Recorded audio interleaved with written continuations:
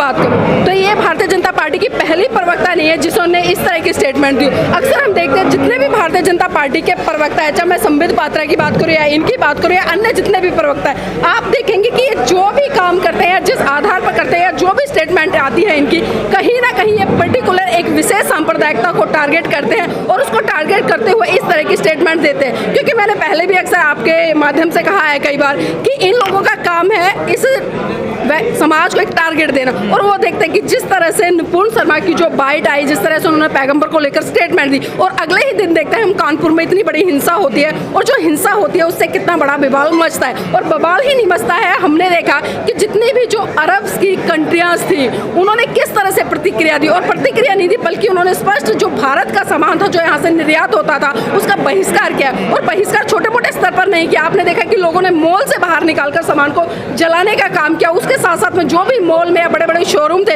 उसमें जितना भी भारत से जो सामान निर्यात होकर वहां गया था उसको पॉलिथीन से ढकने का काम किया गया, उसको जलाने का काम किया। तो इसी से आप समझ सकते हैं कि कितने बड़े स्तर पर एक उबाल है। अगर मैं जन भावनाओं की बात करूँ, जिस तरह से एक भावनाओं वाला मुद्दा है, अभी आपने पिछले दिनों देखा होगा जिस तरह से ज्ञानवापी मस्जिद का जो एक मुद्दा छिड़ा कि पर्टिकुलर दो समाज, दो वर्ग के लोग निकल कर आते हैं, दो सांप्रदायिकता की बात होती है। एक कहते हैं कि ये फव्वारा है, दूसरा कहता है ये शिवलिंग है। लेकिन जब वो विवाद इतना गहरा है और कुछ बुद्धिजीवी लोग निकल कर आते हैं और उस पर साफ साफ स्टेटमेंट देते हैं कि भाई जिस तरह से हम वैज्ञानिक आधार पर, तथ्यों के आधार पर बात करते हैं, तो उन्होंने कहा ना तो ये फव्वारा है और ना ही शिवलिंग है। इतना कि सरकार को सफाई देनी पड़ रही है जितनी भी खाड़ी कंट्रियां हैं देश में। देखिए, सरकार को सफाई देनी पड़ रही है, सरकार देगी सफाई, क्योंकि हमें सोचना पड़ेगा कि सरकार की आखिर मानसिकता क्या है। और जिस तरह से अगर मैं गोदी मीडिया की बात करूं तो गोदी मीडिया ने एक बार सरकार से ये नहीं पूछा कि आखिर जो निपुण शर्मा है वो उसने गलत क्या किया है। भाई जो भारतीय जनता पार्टी चाहती है वही तो काम कर रही है ना, वो हिंदुत्व की बात करती है, हिंदू को आगे बढ़ाने की बात कर रही है, वो मुस्लिम है ये। देखिए वो तो कहेंगे ही। अभी जिस तरह से मैं पार्टी से भी निकाल दिया उनको, पार्टी से निकालेंगे लेकिन फिर पार्टी के अंदर ले आएंगे, हमें ये भी सोचना पड़ेगा। एक तरफ तो पार्टी से निकाल रहे हैं लेकिन दूसरी तरफ जो भारतीय जनता पार्टी है, जो उसके सामाजिक संगठन है, आरएसएस की अगर मैं बात करूँ, हिंदू विश्व परिषद की बात करूँ या दुर्गा वाहिनी की बात करूँ, ये सारे संगठन तो निपुण शर्मा के समर्थन में खड़े हैं। तो बताइए कैसे भारतीय जनता पार्टी ने उनको बाहर कर दिया। दूसरी तरफ मोदी जी को भी आप देख रहे हैं लगातार उनके समर्थन में खड़े, अमित शाह जी उनके समर्थन में खड़े, भारतीय जनता पार्टी के प्रवक्ता है उनको समर्थन में खड़े। तो ये तो सिर्फ लोगों को दिखाने वाली बात है कि उनको पार्टी से निष्कासित कर दिया गया है, पार्टी से बाहर निकाल दिया गया है। अगर रतन लाल कोई बयान देते हैं तो उन्हें जेल हो जाती है, उन्हें गिरफ्तारी हो जाती है, लेकिन निपुण शर्मा की अभी तक कोई गिरफ्तारी नहीं है। देखिए जो निपुण शर्मा है वो उनकी विचारधारा की व्यक्ति है, उनकी विचारधारा को आगे बढ़ाने वाली व्यक्ति है। लेकिन अगर यहीं पर मैं प्रोफेसर रतन लाल की बात करूं तो प्रोफेसर रतन लाल वो व्यक्ति है जो उनकी विचारधारा पर करारा प्रहार करते हैं और मुंह तोड़ जवाब देते हैं कि आप जिस बात को स्थापित करने के लिए तुले हुए हैं उसका कोई तथ्य नहीं है, कोई आधार नहीं है, कोई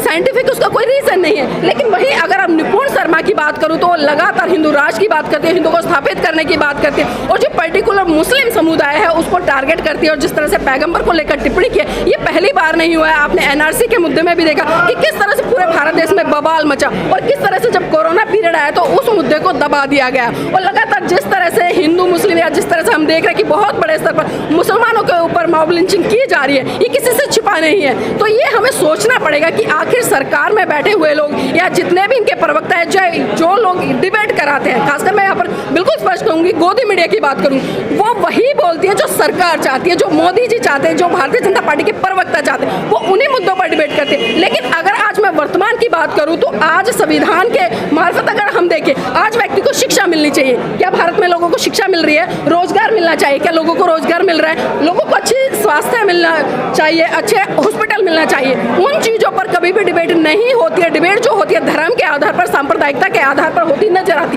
लेकिन हमें यह भी देखना पड़ेगा कि आखिर धर्म है क्या, क्योंकि लगातार ये लोग धर्म की बात करते हैं लेकिन धर्म के अगर मैं डेफिनेशन दूं तो धर्म को इन लोगों ने समझा ही नहीं है। वो भी कम नहीं है, वो भी कम नहीं है, ये भी कम नहीं है। मैंने कहा ना कि जब सांप्रदायिकता की बात आती है तो स्वाभाविक सी बात है टकराव होगा और टकराव होगा तो वहां पर लाठियां चार्ज भी होंगी, सर भी फूटेंगे, खून भी बहेगा और कोर्ट कचहरी भी होगी और जेल थाने भी होंगे। लेकिन जब धर्म की बात होगी तो धर्म आपको अनुशासन में रहना सिखाएगा, आपको सभ्यता सिखाएगा, आपके आचरण में जो एक अच्छा आचरण है उसको ग्रहण करने के लिए प्रेरणा देगा, एक सीख देगा। लेकिन वो धर्म से हम सीखेंगे नहीं, हम सांप्रदायिकता से सीख रहे हैं और सांप्रदायिकता को भी बढ़ावा देने का काम कर रहे हैं। लेकिन कई लोग कह रहे हैं जिस प्रकार आंदोलन हो रहा है देश भर में कि नुपुर शर्मा की गिरफ्तारी होनी चाहिए। देखिए, देश की जो बेइज्जती हो रही है और जो मांग उठ रही है विदेशों से कि भारत को माफ़ी मांगनी चाहिए। अगर मैं बात करूं, आज भारतीय जनता पार्टी या जितने भी इनके संगठन हैं, उन्होंने भारत किसको बना रखा है? अगर लोग बात करते हैं कि मोदी जी सब कुछ हैं, आज पर्टिकुलर अगर मैं बात करूं कि मोदी को ही पूरा भारत लोगों ने बना दिया है, तो यहाँ पर भारत को नहीं बल्कि मोदी जी को और भारतीय जनता पार्टी को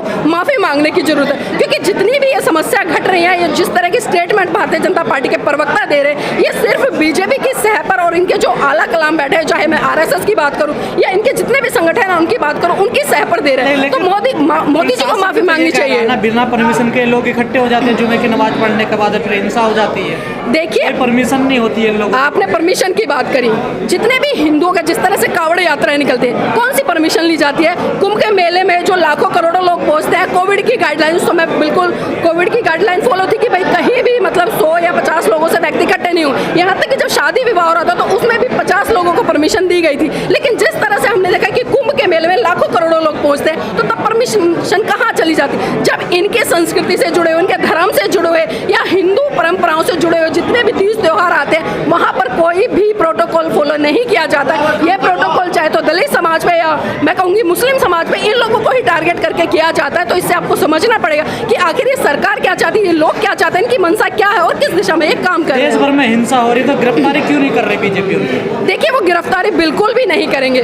प्रोफेसर रतनलाल ने छोटी सी स्टेटमेंट दी, इनकी भावनाएं आहत हो गई और इतना बड़ा जन सैलाब उमड़ गया कि 24 घंटे के अंदर प्रोफेसर रतनलाल की गिरफ्तारी करा दी। लेकिन जिस तरह से नुपुर शर्मा ने जो स्टेटमेंट दी है, अब तक सारी गोदी मीडिया चुप बैठी है, भारतीय जनता पार्टी चुप बैठी है, हिंदू विश्व परिषद या मैं कहूँ आरएसएस, जितने भी इनके संगठन है वो सारे खामोश बैठे हैं। और एक तरफ अभी मैं कल देख रही थी नुपुर शर्मा जिस तरह से एक स्टेटमेंट दे रही थी कि जो भी मेरी क्लिपिंग दिखाई है वो एडिट करके दिखाई है। वो दावा कर रही है कि जो भी दिखाया गया एडिट दिखाया गया और जिस व्यक्ति ने उसको दिखाया गया है मैं उस पर मानहानि का भी केस करूंगी। और मेरे को जो विदेशों से या भारत से जान से मारने की धमकियां मिल रही है, सामूहिक रूप से मेरे साथ में बलात्कार करने की धमकियां मिल रही है, उसने साफ साफ कहा है कि अगर मुझे कुछ भी होता है तो इसके लिए मैं उस चैनल को, उस व्यक्ति को जिम्मेदार ठहराऊंगी जिसने कि मेरी वीडियो को क्लिपिंग को एडिट करके दिखाने का काम किया। लेकिन उसने स्पष्ट बिल्कुल ये नहीं किया कि उसने क्या एडिट किया, क्या दिखाया। तो इसी से आप समझ सकते हैं कि एक तरफ ये दावा भी करते हैं कि हम सही बोल रहे हैं, लेकिन दूसरी तरफ जब पत्रकार या मीडिया बंधु जो कि निष्पक्ष रूप से काम करते हैं, इनसे पूछते हैं तो उनके सवालों का बिल्कुल भी जवाब देते नजर नहीं आते। लेकिन स्थिति लगातार खराब होती जा रही है। देखिए, स्थिति बिल्कुल खराब होती जा रही है। हम देख रहे हैं पुलिस गोलियां चलाएंगी, पुलिस गोलियां इनकी शय पे चलाएंगे। आपने 2 अप्रैल का आंदोलन देखा, तब भी गोलियां चली, तब भी लोग मारे गए।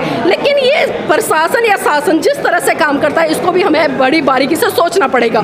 मैंने पहले ही कहा कि बहुजन समाज का कोई भी नेता, कोई भी व्यक्ति, कोई भी बुद्धिजीवी व्यक्ति अगर इस तरह की स्टेटमेंट देता है और उसकी जो स्टेटमेंट आती है वो तथ्य के आधार पर होती है, वो वैज्ञानिक दृष्टिकोण के मापदंड पे खरी उतर कर होती है। लेकिन वहीं इस तरह से जिस तरह से भारतीय जनता पार्टी के प्रवक्ता है ऊट पटांग टिप्पणियां करते हैं, ऊट पटांग स्टेटमेंट देते हैं, लेकिन इनके ऊपर ना तो प्रशासन की तरफ से ना ही सरकार की तरफ से किसी भी तरह से कोई भी कार्रवाई नहीं होती है। उन्हें खुले लगाम छोड़ दिया जाता है कि आज आपने एक स्टेटमेंट दिया, कल को 2 और दीजिए।